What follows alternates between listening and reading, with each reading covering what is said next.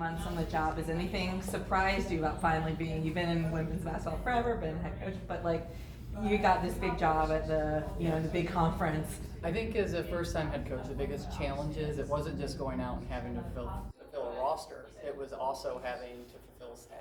And as you can imagine, being at the Power 4 level, I mean, that was 10 staff members. So I ended up, between 10 staff members and 10 players, it was, making sure that we were getting the right people in the right places. And honestly, I'm really proud of what we were able to accomplish, and I think we have exactly that. I love our team, I love the enthusiasm and energy, and I was able to put together a really veteran staff, which is, making my life easy on a daily basis. Is there like one consistent quality that you're looking for in everyone? Yeah, the thing for me, the non-negotiable is always going to be a work ethic. It's like from a staff member or, from players. Like I was very much a blue-collar player myself. It's very much who I am as a person. We're just going to put our head down and we're going to grind. We're going to find a way to find a solution, be problem solvers and we're down to a lot of work. And also having that balance of having fun. And I think you can very much do both those things. Work hard and have fun. And then, again, we're playing basketball and what a joy. Yeah. And I just love being around this game and it's given me so much and I just love being able to give back to others. Awesome. Very important question here. Have you decided what your head coaching sideline style is going to be? Are you going to be the Courtney Banghart and the kind of leisure wear? Are you going to do the Brenda Power suits? I think I very much have seen what the top of the league is doing, and they seem very comfortable in their leisure wear, and I'm happy to hang up my high heels.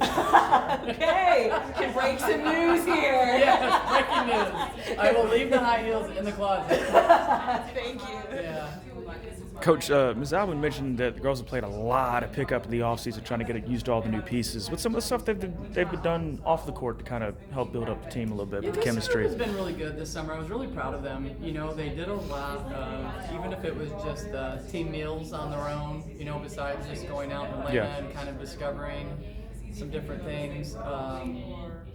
They also... they found different things to find adventures. You know what I mean? It may be hiking or exploring this place, or maybe going to Piedmont Park. So I do think there was a lot of intention on their part to kind of get to know each other and spend that time together. And as a coaching staff, we were really thankful for it, that they were, building that chemistry and connection really well this summer. What have been some of the challenges of bringing in so many new pieces at once? Like, how has that been difficult for you as a coach? Because I can't imagine this is like anything you've done before. Yeah, I think the biggest challenge is you have to understand personalities, and then in order to create the connection, and in order to build that trust and that connection, it just takes time. So a part of that during the summer is, trying to spend a lot of time getting to know them in a one-on-one environment, but then also maybe in small groups, and then you also have your team environments. So I think that's one of the things that we were able to do.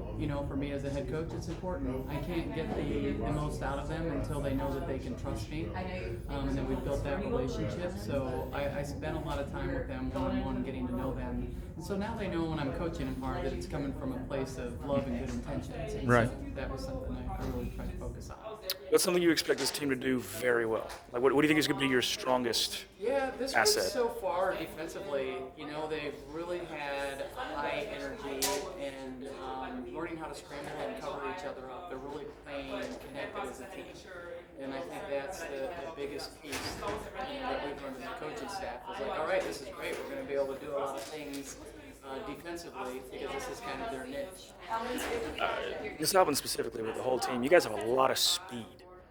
Court to court or sideline to sideline, which I actually mentioned. I don't know if you know him. Joseph Forte used to play for the Tar Heels back in the day. She reminds me a lot of her, or a lot of him. Fastest players I've ever seen. How big of an advantage is that speed going to be, do you think, offensively? Yeah, I think it's one of the things, that I looked for when we went into this portal is we did want speed and athleticism.